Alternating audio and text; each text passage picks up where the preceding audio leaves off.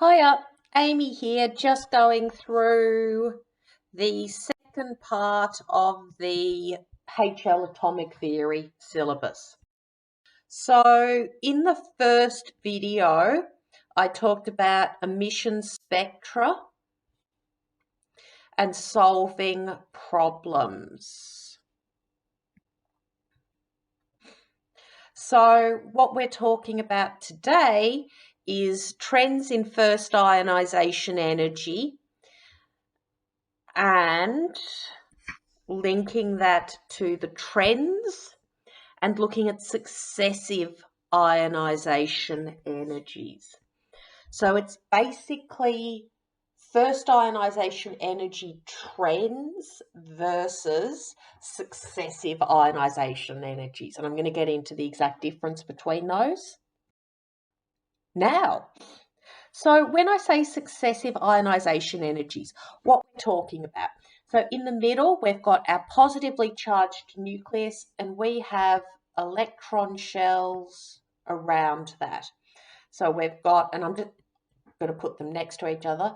1, 2, 3, 4, 5, 6, 1. Okay. So when we say successive ionization energies, we're talking about removing this electron. So the element, which I'm going to call M. So that's the first ionization energy. It's the energy required to remove the first electron. Then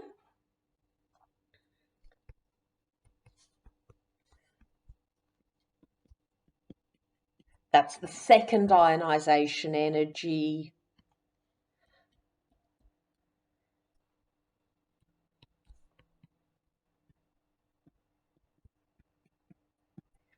Now, all of these are endothermic processes.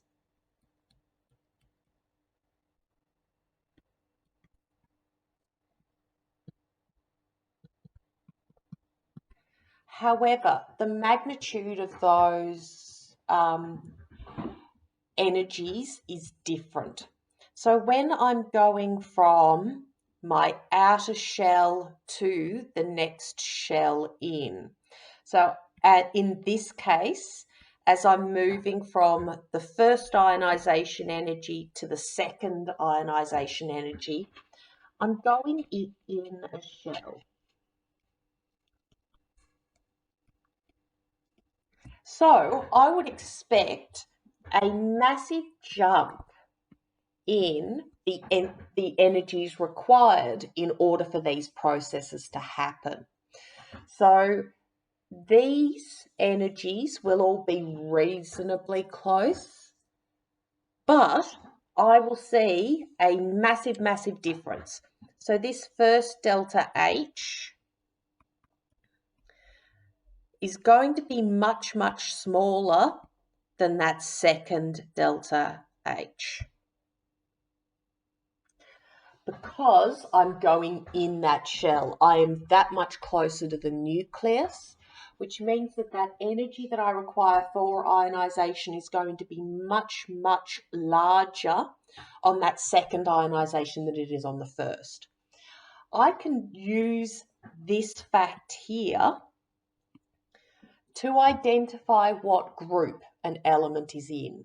So if that massive spike is between the second and the third ionization energy, I know that that element had 2 electrons in its outer shell.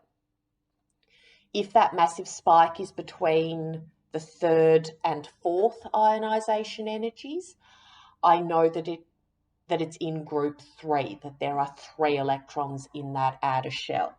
You're basically after this gap because it tells you where the shell is.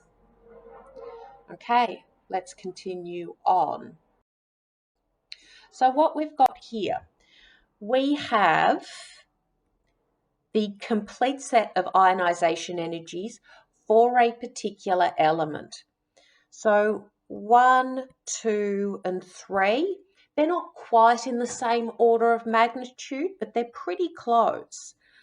And then I see this massive spike. And then another massive spike. So what I'm seeing here, let me just switch back to my pen. I'm seeing 3 electrons in the outer shell, then 8 in the next shell, and then 2 in the last shell. So what that's saying is that the rough, inaccurate electron config that we're looking at here is 2, 8, 3, which is aluminium. But the key point here is this gap. As I move from that 3rd to the 4th ionization energies, I am seeing a massive increase. As I said, it's an order of magnitude. I am seeing a difference in an order of magnitude of my energy difference. So yes, that's how we can tell that this is a group 3 element. Even if this information ended here and I didn't have any of those lower numbers, I would still be able to tell that it was third group, because I have 3 energies that are quite similar and then a jump. And it's that jump that tells you that we're moving shells. To get this table, I literally Googled successive ionization energies aluminium, and that's what's given this to us. Okay, let's carry on. Okay, so we see a general overall trend in that over the course of a period, so as we look along a row of the periodic table, we see an increase in first ionization energies. Why we see that is that we are increasing the core charge. So as I move along a period, I'm adding protons into my nucleus, but my electrons are still the same distance away. So think of it like magnets. If I've got a stronger magnet in the center, it's going to take more energy to remove that electron. So that is the overall trend. The overall trend we see is an increase in ionization energy as we move along a period. That's what we're looking at there. However, you can see that this isn't a straight line. It's zigzaggy. So what we're going to do, we're going to explain the discontinuities. So why is it that beryllium has a higher first ionization than boron? Why is it that nitrogen has a higher first ionization than oxygen? So let's talk about those cases. So let's draw the electron shell diagrams for beryllium and boron.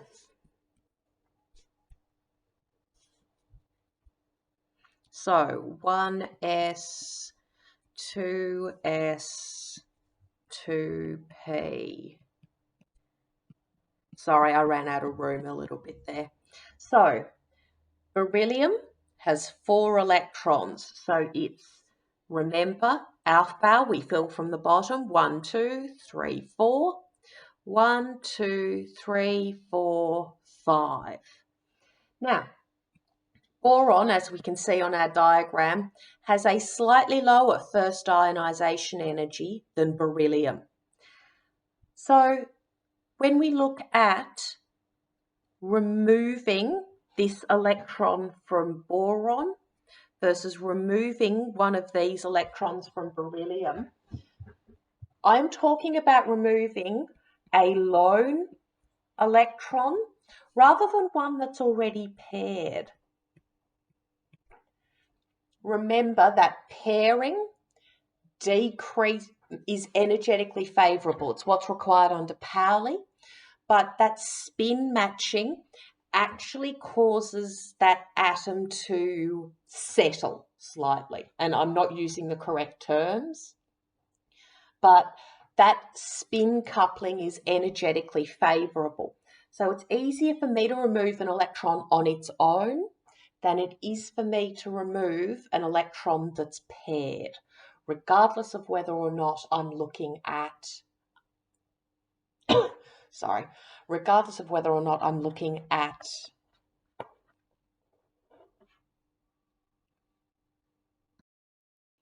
sorry about that. I accidentally hit the the escape button. So I got booted out of my narration. So basically, if that shell is either filled or half filled, think of what happens with copper and chromium in the d orbital. Those electron configs are different because that filled or half filled d subshell is energetically favorable. The same thing happens here. So with my beryllium and boron, the reason boron has that slightly lower first ionization energy is because that completed subshell is energetically favorable. Okay, let's continue on. Keep filled and half-filled electron subshells in your head as we look at nitrogen and oxygen. So nitrogen and oxygen, let's do this again. So we have 1s, 2s, 2p. And let's see if I can space myself slightly better.